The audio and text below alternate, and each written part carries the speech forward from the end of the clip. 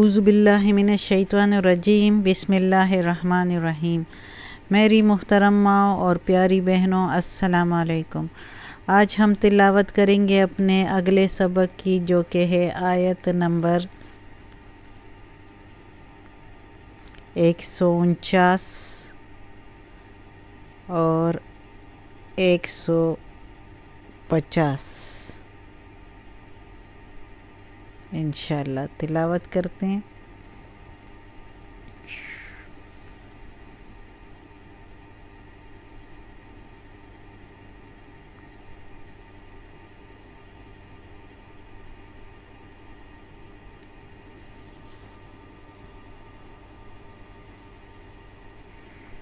اعوذ باللہ من الشیطان الرجیم بسم اللہ الرحمن الرحیم۔ ومن حیث، و اور من سے، حیث جہاں کہیں، خرجتا نکلو تم، فولی پھیرو، وجہ منہ کا تیرا، جہاں کہیں سے نکلو تم پھیر دو اپنا منہ، شطر المسجد الحرام، طرف مسجد حرام کے، وَإِنَّهُ اور بے شک وہی، للحق کا حق ہے، سچ ہے، من ربک تیرے رب کی طرف سے، وَمَا اللَّهُ اور نہیں ہے اللہ، بغافل غافل، اما اس سے، تعملون جو تم عمل کرتے ہو۔ اس آیت میں اللہ تعالیٰ پھر تاکید سے کہہ رہے ہیں، اور بار بار اب اگلی آیت میں بھی تاکید کریں گے کہ اللہ تعالیٰ کہتا ہے کہ جہاں کہیں، پہلے تو کہتے تھے کہ جہاں کہیں تم ہو اسی جگہ جو ہے آپ قبلہ کی طرف، یعنی قبلہ جو ہے خانہ کعبہ کی طرف منہ کر کے نماز پڑھو، بے شک آپ کیوں ہی نہ ہو مسجد بیت المقدس میں۔ پہلے تو بیت المقدس کی طرف نماز پڑھتے تھے، لیکن اب اللہ کا حکم آیا کہ بے شک آپ بیت المقدس ہی میں کیوں نہ ہو، ادھر سے بھی آپ نے خانہ کعبہ کی طرف منہ کر کے نماز پڑھنی ہے۔ اور اب کہتے ہیں کہ جہاں کہیں سے تم نکلو، جہاں کہیں سے تم نکلو یعنی اپنے گھر سے نکلو، کسی سفر پر نکلو، تو ادھر بھی اللہ کی مسجد حرام کی طرف یعنی خانہ کعبہ کی طرف منہ کر کے، منہ پھیر کے تو نماز پڑھنی ہے، اور یہی حق ہے تمہارے رب کی طرف سے، اور اللہ غافل نہیں ہے جو عمل تم کرتے ہو۔ اگر تم چپ چپا کے کہیں اور کی طرف تمہارے دل میں بیت المقدس کے لیے وہ ہو لگاؤ ہو، اور ادھر کے لیے محبت ہو، اور اس کی طرف نماز پڑھو، تو اللہ دیکھتا ہے سارا کچھ، اللہ کسی چیز سے بے خبر نہیں ہے۔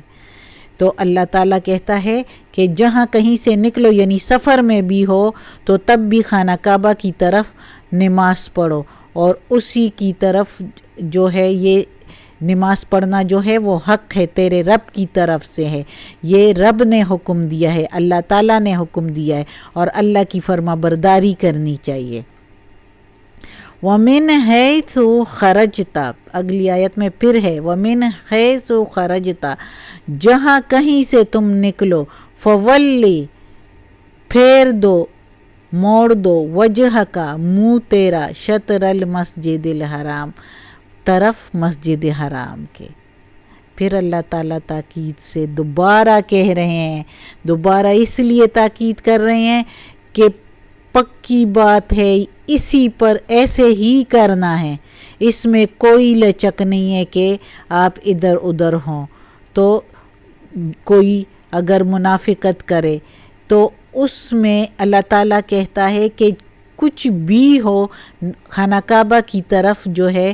منہ کر کے نماز پڑھنا ہے، کیونکہ اللہ تعالیٰ نے محمد صلی اللہ علیہ وآلہ وسلم کے رضا کے مطابق خانہ کعبہ کو جو ہے قبلہ چن لیا، اور چونکہ یہی قبلہ پہلے سے ابراہیم علیہ السلام کے وقت میں تھا۔ ابھی آگے پڑھتے ہیں، پھر میں تفسیر بتاتی ہوں۔ وَحَیثُ مَا كُنتُم، اور جہاں کہیں تم ہو، فَوَلُّوا،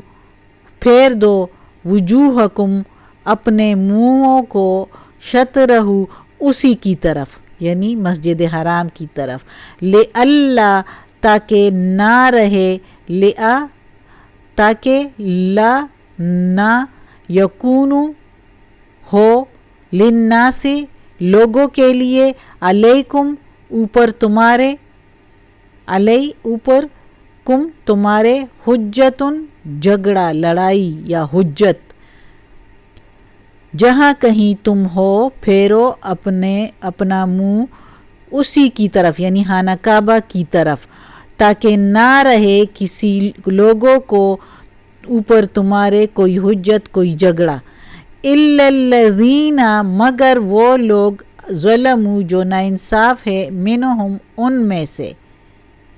فَلَا تَخْشَوْهُمْ، پس نہ تم ڈرو ان سے، وَاخْشَوْنِی، اور فَلَا تَخْشَوْهُمْ، پس نہ تم ڈرو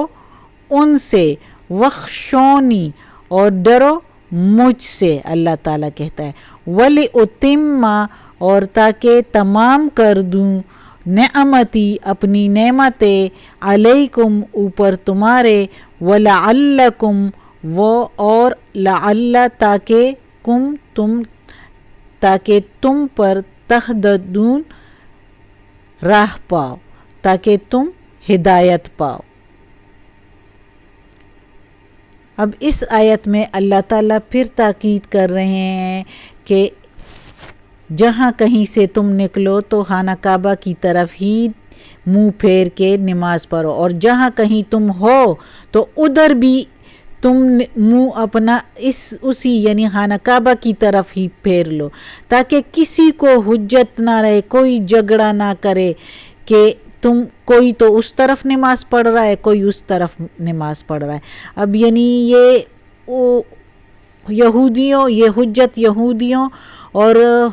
مشرکین کے لیے بھی ہو سکتے، یہ حجت کا ورڈ ادھر، کہ مشرکین جو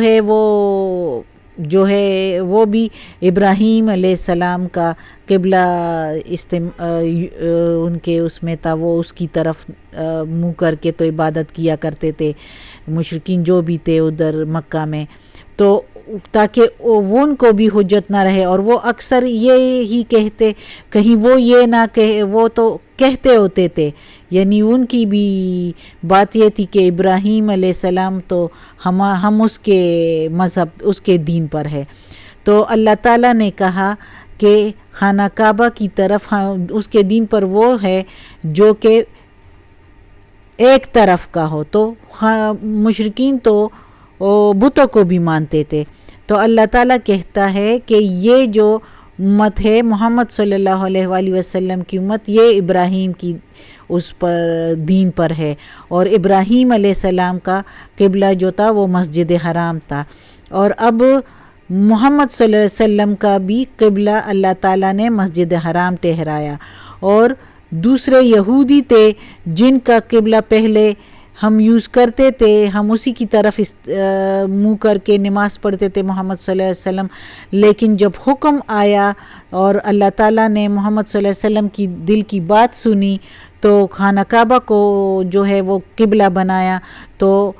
بہت سے یہودیوں کو، یعنی وہ جان بوجھ کر مسلمانوں کو بے راہ کرنے کے لیے یہ سوچتے تھے کہ ان کو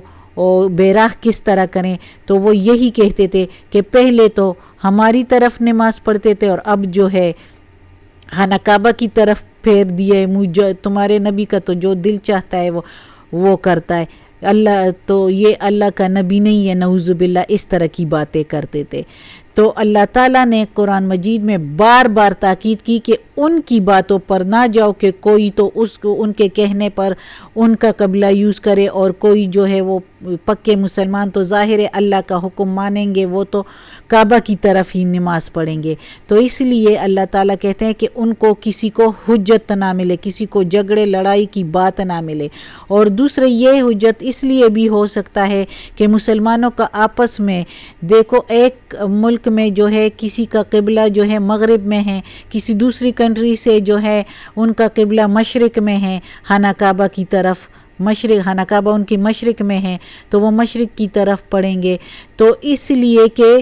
یعنی جہاں کہیں بھی ہو تم تو ادھر سے خانہ کعبہ کی طرف نماز پڑھو، یہ نہیں کہ یہ مغرب یا مشرق کی طرف اللہ نے کہا ہے، خانہ کعبہ کی طرف نماز پڑھو، تاکہ کسی کو حجت نہ ملے کہ وہ تو اس طرف نماز پڑھ رہے ہیں وہ مسلمان، اور تم مسلمان ادھر کی طرف نماز پڑھ رہے ہو، یعنی دوسری طرف نماز پڑھ رہے ہو، تو کسی کو موقع نہ ملے تم پر انگلی اٹھانے کی۔ تو اس لیے اللہ تعالیٰ کہہ رہا ہے تاکہ کسی کو تمہارے اوپر کوئی حجت نہ رہے۔ لیکن جو لوگ ناانصاف ہوں گے وہ پھر بھی ان میں سے، یعنی یہودیوں اور مشرکین اور منافقین میں سے جو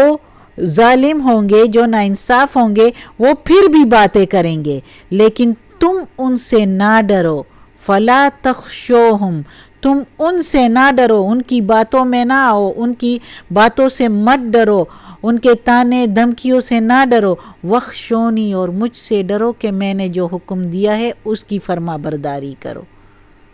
وہ تمہیں کیا کر سکتے ہیں؟ ایک دو باتیں کر کے تمہارے ساتھ چپکتی تو نہیں ہے۔ اللہ تعالیٰ جو کہتا ہے کہ میری فرما برداری کرو، میرے سے ڈرو، تو اللہ سے ڈرو۔ یہ دنیا کچھ بھی نہیں ہے، دنیا کی باتوں کے پیچھے نہیں چلنا چاہیے، تو اللہ سے ڈرنا چاہیے اور اللہ کی فرما برداری کرنی چاہیے۔ اللہ خود کہتا ہے مجھ سے ڈرو تاکہ تمام کر دوں اپنی نعمتیں تم پر، تمہیں اور ہدایت دے دوں، اور تم ہدایت تاکہ تم راہ پاؤ، سیدھی راہ پاؤ، سیدھے راہ پر چل کے اور جنت فردوس پاؤ جو ہمیشگی ہے، جہاں پر رہ کے تمہیں کوئی مشقت نہیں، ادھر مزے ہی مزے ہیں پھر۔ اور یہ دنیا تو آزمائش ہے، اس آزمائش سے نکلو تو پھر آخرت بہتر ہی بہتر ہے۔ اور جو اللہ کی راہ پر چلے، فرما برداری کرے، تو اللہ تعالیٰ اس کے لیے دنیا میں بھی آسانی فرما دیتا ہے، اپنی ساری نعمتیں اس پر تمام کر دیتا ہے، دنیا میں بھی اس کو ہدایت دے دیتا ہے، اور وہ اچھے کام کرتا ہے اور آخر اچھے کام اس کے لیے آسان ہو جاتے ہیں۔ وہ پھر کچھ سن ہی نہیں سکتا، یہ جو گانا بجانا ہوتا ہے، شیطان اپنی طرف بلاتا ہے، وہ اس کے سن کے ان کو کچھ ہوتا ہے؟ پھر جو اللہ کے نیک بندے ہوتے ہیں وہ صرف اللہ کی عبادت ہی میں پھر خوش ہوتے ہیں، اور اللہ کے پیغامات کو آگے پہنچا کر ہی ان کو سکون ملتا ہے۔ آج کا سبق ختم ہوتا ہے۔ صدق اللہ العظیم۔ انشاءاللہ اور کل پڑھیں گے۔ اللہ ہمیں اس قرآن مجید کا ترجمہ پورا کرنے کی توفیق دیں، اور اللہ ہمیں اپنے سیدھے راستے پر چلائیں، اور اللہ ہمیں، ہمارے ماں باپ کو، ہماری آل اولاد کو، بھائی بہنوں کو، کل مومن مسلمانوں کو جنت فردوس میں جگہ عطا فرمائے، اور دوزخ کے عذاب سے بچائے، قبر کی سختی آسان فرمائے، اپنے نیک اور صالح لوگوں میں شامل کر لیں، اور ہماری ساری دعائیں قبول فرمائے۔ اللہ جو دعا کی ہے وہ بھی قبول فرما، اور جو نہیں کی وہ بھی قبول فرما۔ آمین ثم آمین۔ صدق اللہ العظیم۔ یا اللہ۔